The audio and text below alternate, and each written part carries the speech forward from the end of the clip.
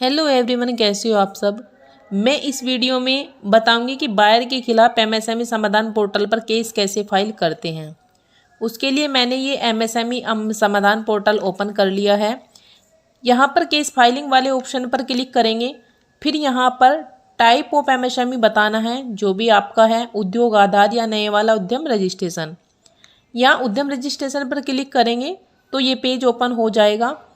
First में उद्यम registration number डालना है और सेकंड में उद्यम में रजिस्टर्ड मोबाइल नंबर डालना है।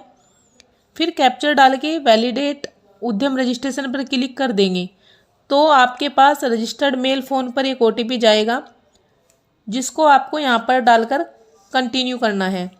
फिर आपका एमएसएमई समाधान पोर्टल लॉगिन हो जाएगा। इस आईडी से अब तक कोई केस फाइल नहीं हुआ है, इसलिए यहाँ पर खाली है।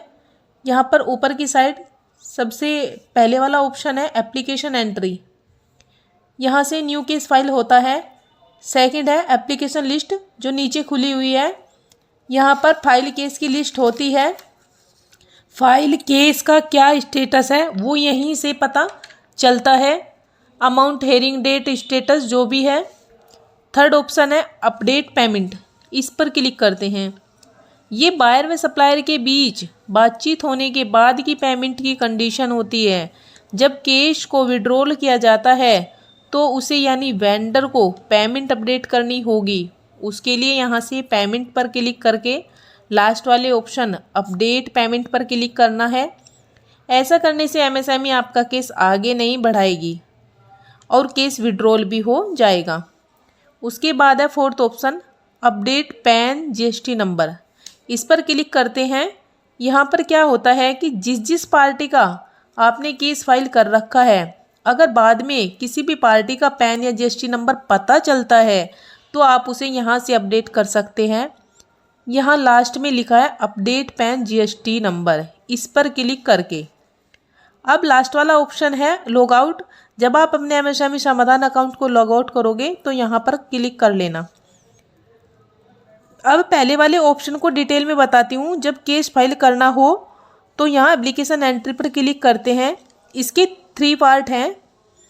पहले में आपकी डिटेल आएगी, यानी पिटिशनर की डिटेल। दूसरे में बायर की डिटेल जिसके खिलाफ केस फाइल करना है, और तीसरे में सपोर्टेड डॉक्यूमेंट अपलोड करने हैं।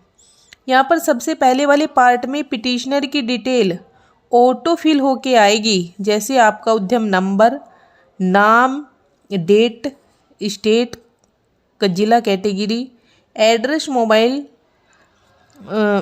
ईमेल। कुछ को आप यहाँ पर अपने आप फिल कर सकते हो। यहाँ पर काउंसलिंग सेलेक्ट करना है, जो आपकी हो वही सिलेक्ट करेंगे, उसे आप यहाँ से सिलेक्ट कर लेना। उसके बाद यहाँ पर अपना जीएसटी नंबर या पैन नंबर फिल कर देना। इसके बाद बायर की डिटेल को फिल करना है। सबसे पहले रिस्पोंडेंट कैटेगरी सिलेक्ट करनी है, जैसे मैं यहाँ पर प्रोप्राइटर सेलेक्ट करती हूँ।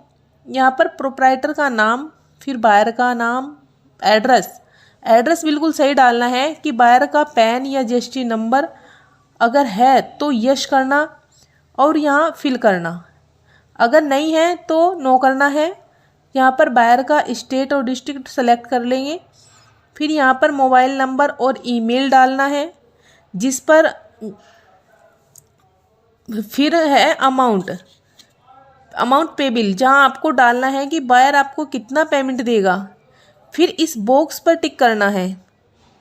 अब है upload work order and invoice. यहाँ पर जब आपको बायर से पेमेंट लेनी होती है उसके सपोर्टेड डॉक्यूमेंट यहाँ पर अपलोड करने हैं, जैसे परचेज ऑर्डर या इनवॉइस पर साइन, जो भी सपोर्टेड डॉक्यूमेंट है तो उसका नंबर, यहाँ डेट, यहाँ सभी फिल करने हैं।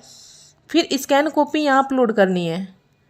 आप यहाँ पर 5 वर्क ऑर्डर एक साथ डाल सकते हैं। अगर इससे ज़्यादा है तो इन्हीं के साथ मर्ज करके अपलोड कर देना।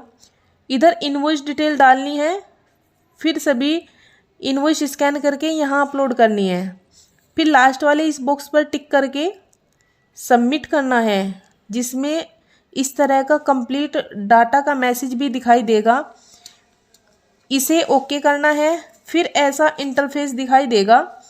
जो डाटा आपने फिल किया है वो यहाँ पर आ जाएगा। फिर ये कैप्चर डालकर फाइनल सबमिट करना है। एप्लीकेशन सबमिट होने के बाद ये पेज ओपन हो जाएगा। इसको आप प्रिंट भी कर लेना और सेव भी कर लेना। ये आपका एप्लीकेशन नंबर है।